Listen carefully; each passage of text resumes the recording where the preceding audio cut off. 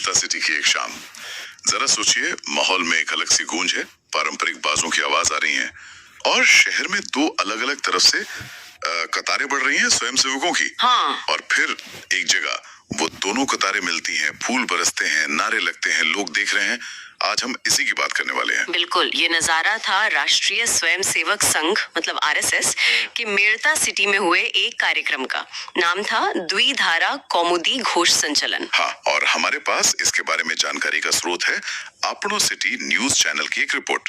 Reporter हैं तेजाराम लाडनोवा। जी हाँ, उन्होंने काफी विस्तार से इसे कवर किया है। तो आज हम इसी रिपोर्ट को आधार बनाकर बात करेंगे, देखेंगे कि रिपोर्ट क्या बताती है, कैसे बताती है, मतलब सिर्फ घटना नहीं बल्कि रिपोर्टिंग का तरीका भी देखेंगे। हाँ, ये समझना दिलचस्प होगा कि एक स्थानीय समाचार रिपोर्ट किसी आयोजन को कैसे फ्रेम करती है, क्या हाईलाइट करती है। सही कहा। तो चलिए शुरू करते हैं। सबसे पहले ये आयोजन था क्या रिपोर्ट के हिसाब से? देखिए, रिपोर्ट बताती है कि ये आरएसएस के शताब्दी वर्ष समारोहों का एक हिस्सा था और इसका नाम, जैसे हमने कहा, द्विधारा कौमुदी घोष संचलन। ये शाम को हुआ था। हाँ, शाम 8 बजे मेड़ता सिटी के मानक चौक से इसकी शुरुआत बताई गई है। और ये द्विधारा मतलब दो धाराएं। बिल्कुल, यही इसकी खास बात थी, जैसा रिपोर्ट में उभारा गया है। दो धाराएं थी, अजय धारा और विजय धारा। अच्छा, तो ये दो अलग अलग ग्रुप एक साथ निकले? हाँ, मतलब एक ही समय पर अलग अलग रास्तों पर। ये दिखाता है कि काफी प्लानिंग रही होगी, सिर्फ एक मार्च नहीं था, एक सोची समझी संरचना थी। ये घोष संचलन का क्या मतलब है? घोष यानी सिर्फ म्यूजिक? देखिए, रिपोर्ट के संदर्भ से लगता है कि घोष का मतलब यहाँ सिर्फ संगीत नहीं है, बल्कि संघ की परंपरा में जो बैंड होता है, खास किस्म के वाद्य यंत्रों वाला समूह और उनका एक लयबद्ध अनुशासित प्रदर्शन, वो है। अच्छा, मतलब एक तरह का बैंड मार्च? हाँ, कह सकते हैं। और संचालन मतलब मार्च या परेड।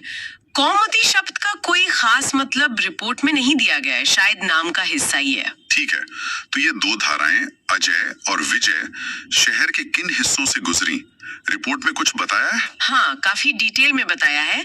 जैसे अजय धारा जो थी वो छोटा चारभुजा मंदिर, सोनी चौक, माणक चौक, रघुनाथ मंदिर, भास्कर चौराहा, इन इलाकों से। और जो विजय धारा थी वो जनपथ मार्ग, जोधपुर चौकी, चौमुखा महादेव मंदिर, मिड टाउन, पुराना फिल्म हॉल, मतलब शहर के अलग अलग प्रमुख हिस्सों को कवर किया गया। और रास्ते में लोगों का क्या रिएक्शन था? रिपोर्ट क्या कहती है? रिपोर्ट इस पर काफी जोर देती है कि लोगों का रिस्पांस बहुत ही उत्साहजनक था। उत्साहजनक मतलब कैसे? जैसे रिपोर्ट में लिखा है कि जगह जगह लोगों ने, खासकर महिलाओं और बच्चों ने, फूलों की बारिश की, हाथों में तख्तियां लेकर स्वागत किया गया। अच्छा, तो ये डिटेल्स देकर रिपोर्ट ये बताने की कोशिश कर रही है कि आयोजन का स्थानीय लोगों से एक जुड़ाव था, एक पॉजिटिव माहौल था। इसमें एक और चीज का जिक्र है रिपोर्ट में, मोबाइल फोन वाला। हाँ, वो भी दिलचस्प है। रिपोर्टर ने लिखा है कि बहुत सारे लोग, युवा, बुजुर्ग, महिलाएं, बच्चे अपने मोबाइल से इसकी रिकॉर्डिंग कर रहे थे। और रिपोर्ट ने इसे ऐतिहासिक मुलाकात का नाम दिया है। ये थोड़ा मतलब पारंपरिक मार्च में मॉडर्न टेक्नोलॉजी का एंगल दिखाता है। सही बात है, एक तरफ पारंपरिक घोष वादन और शासन वाला मार्च और दूसरी तरफ लोग उसे एक डिजिटल रूप में सहेज रहे हैं। बिल्कुल, और रिपोर्ट का इस पर फोकस करना शायद ये दिखाता है कि इसे सिर्फ एक रूटीन कार्यक्रम नहीं बल्कि एक यादगार, महत्वपूर्ण घटना के तौर पर प्रस्तुत किया जा रहा है, जो लोगों के लिए भी खास थी। हाँ, कि ये कुछ ऐसा था जिसे लोग रिकॉर्ड करके रखना चाहते थे। तो ये अलग अलग रास्ते, लोगों का रिएक्शन, इसके बाद आता है वो पॉइंट जिसका सबको इंतजार था, है ना, संगम। जी हाँ, रिपोर्ट उसे आयोजन का केंद्र बिंदु बताती है, दोनों धाराओं का मिलना। कब और कहाँ हुआ ये संगम? रिपोर्ट में बिल्कुल सटीक समय और जगह दी गई है। शाम 8:37 पर धाणा मार्केट के सामने एसबीआई बैंक के पास। क्या बात है, एकदम प्रिसाइज टाइमिंग। हाँ, और सिर्फ टाइम और जगह ही नहीं, रिपोर्ट उस जगह की तैयारी का भी बड़ा मतलब काफी रंगीन वर्णन करती है। कैसा वर्णन? रिपोर्टर लिखते हैं कि संगम वाली जगह पर सड़क पर लाल रंग का गलीचा बिछाया गया था। लाल गलीचा सड़क पर? हाँ, और रोशनी की ऐसी व्यवस्था थी कि पूरा एरिया जगमगा रहा था। फिर एक तुलना की गई है। किससे? रिपोर्टर ने लिखा है कि वो जगह दुल्हन की सजी हुई साज सज्जा जैसी लग रही थी, जिसकी चमक देखने लायक थी। दुल्हन की सजी हुई साज सज्जा, ये तो काफी काव्यात्मक भाषा है एक न्यूज रिपोर्ट के लिए। बिल्कुल, ये भाषा का चुनाव अहम है। ये दिखाता है कि रिपोर्टर उस क्षण को सिर्फ एक मिलन नहीं, बल्कि एक बहुत खास शुभ उत्सव जैसा वैसा दिखाना चाह रहे हैं। मतलब उस क्षण को एक वजन देने की कोशिश है। हाँ, लाल गलीचा, रोशनी, ये सब मिलकर उस जगह और उस पल को एक गरिमा, एक भव्यता दे रहे थे, जैसा रिपोर्ट में दिखाया गया है। और जब ठीक 8 साढ़े 7 पर दोनों धाराएं मिली, तब क्या हुआ? मामूल कैसा था? रिपोर्ट के अनुसार जैसे ही संगम हुआ, दोनों तरफ के घोषवादकों का मिलाप हुआ और पूरा ताज रोड एरिया भारत माता की जय और जय श्री राम के नारों से गूंज उठा। अच्छा, और फिर से फूलों की वर्षा। हाँ, रिपोर्ट कहती है जोरदार पुष्प वर्षा हुई। तो ये संगम सिर्फ दो ग्रुप्स का मिलना नहीं था, इसे रिपोर्ट ने एक इमोशनल और आइडियोलॉजिकल पीक की तरह पेश किया है। इस संगम का प्रतीकात्मक मतलब क्या बताया गया है रिपोर्ट में? रिपोर्ट खुद ही कहती है कि ये एकता का परिचय था। एकता का परिचय? हाँ, सोचिए, दो अलग दिशाओं से, अलग रास्तों से चलकर एक तय समय पर एक सजी हुई जगह पर मिलना, ये सब रिपोर्ट के नजरिए से संगठन के अंदर अनुशासन, कोऑर्डिनेशन और आखिर में एकता, इस विचार को पुष्ट करता है। एक तरह का प्रदर्शन। हाँ, एक विजुअल मैसेज देने की कोशिश थी, जिसका असर देखने वालों पर पड़े। रिपोर्ट इसी तरफ इशारा करती है। ये सवाल तो उठता है कि रिपोर्ट इस सीन को इतना महत्व क्यों दे रही है? बिल्कुल, और इसके जरिए पढ़ने वाले तक क्या संदेश पहुंचाना चाह रही है। अच्छा, संगम हो गया, फिर कार्यक्रम खत्म या आगे भी कुछ हुआ? नहीं, रिपोर्ट के हिसाब से संगम एक पड़ाव था, अंत नहीं। अच्छा, इसके बाद दोनों धाराएं मिल गईं और एक होकर आगे बढ़ीं। ये भी अपने आप में सिंबॉलिक है।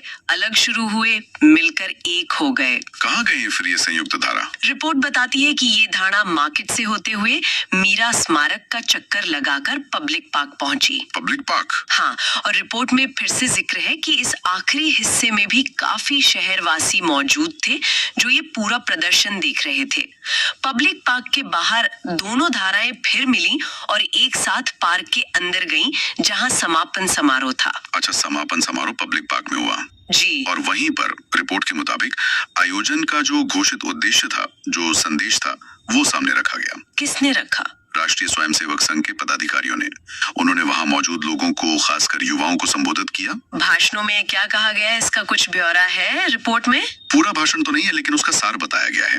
तेजाराम लाडनवा लिखते हैं कि पदाधिकारियों ने युवाओं को देशभक्ति, समाज सेवा और चरित्र निर्माण के लिए प्रेरित किया।